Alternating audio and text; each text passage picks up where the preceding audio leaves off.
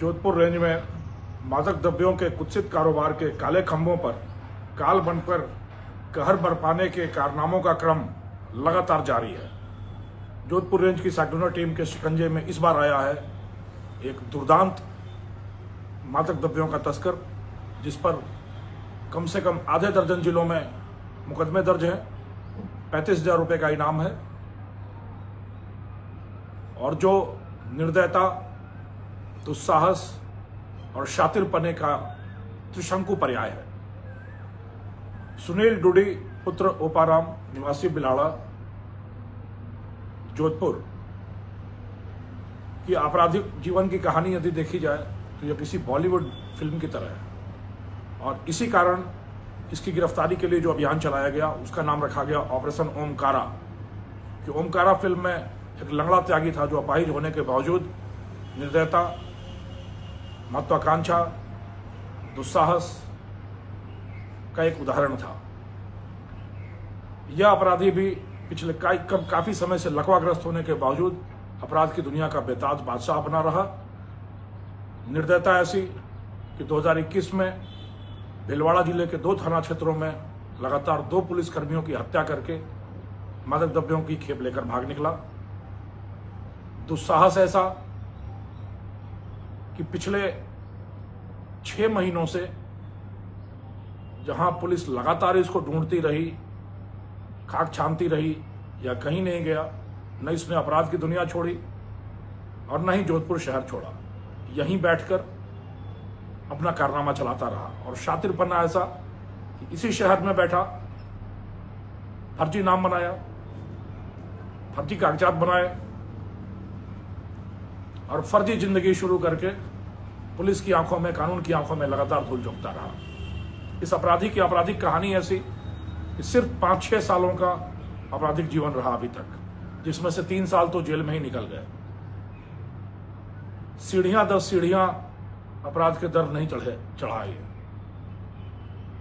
यह धूमकेतु की तरह अपराध की पटल पर छा गया।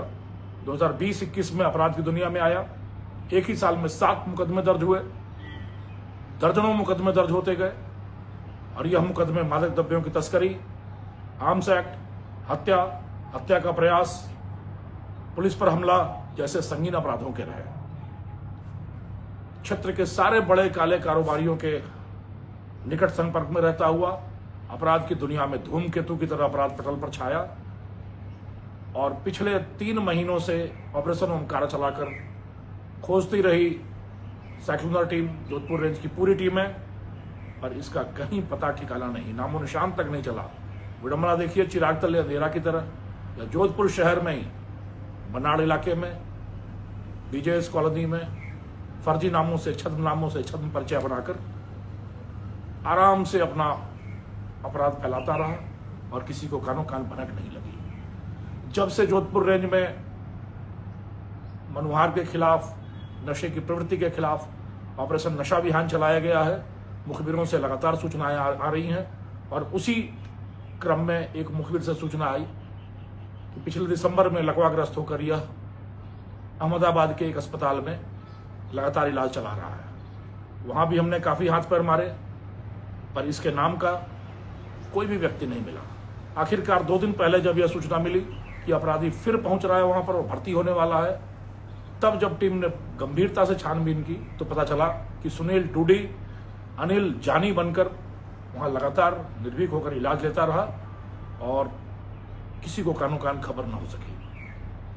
उस दिन भी शातिरपना दिखाते हुए इसने एक दिन बाद का अपॉइंटमेंट लिया और एक दिन पहले ही डॉक्टर से दिखाकर निकल पड़ा और गंभीर गहन तकनीकी छानबीन करके अस्पताल की पार्किंग में लगी कारों के नंबरों के आधार पर जब गंभीरता से छानबीन की गई तो उस कार का पता चल गया जिस कार में सुनील डूडी उर्फ अनिल जानी जोधपुर से अहमदाबाद गया और वापस आ रहा था। यह सुराग मिलते ही जोधपुर शहर में ही जाल बिछाया गया और यह अपराधी पुलिस के चंगुल में आ गया। चंगुल में आने के बाद भी इसने अपने दुस्साहस से अपने आप को लगातार अनिल बताया और पुलिस पर धौंस दिखाता रहा और साइक्लोनर टीम सतर्क थी, मुस्तैद थी। सारा कच्चा चिट्ठा खोल दिया गया और उसके बाद फिर इसने कबूल लिया कि यह सुनील डूडी ही है। एक 35,000 रुपए का दुर्दांत अपराधी, समाज में नशा परोसना, नशे का जहर परोसना और नशे के साम्राज्य के आधार पर समृद्धि के सोपान चढ़ना, यह फितरत रही इस अपराधी की। सिर्फ 5 वर्षों के करियर में ही इसने अपराध पटल पर बेताज बादशाह की तरह, धूमकेतु की तरह अपने आप को स्थापित किया।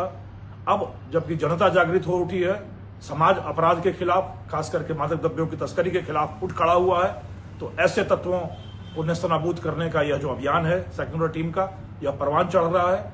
यह 54वीं सफलता है नशे के बड़े आधारशिलाओं के खिलाफ, और हम उम्मीद करते हैं कि यह सफलताओं का सिलसिला अनवरत जारी रहेगा। समाज इसी तरह से मादक द्रव्यों के और अपराध के खिलाफ उठ खड़ा रहेगा और हम समाज को अपराध मुक्त बना सकेंगे। धन्यवाद। जय हिंद।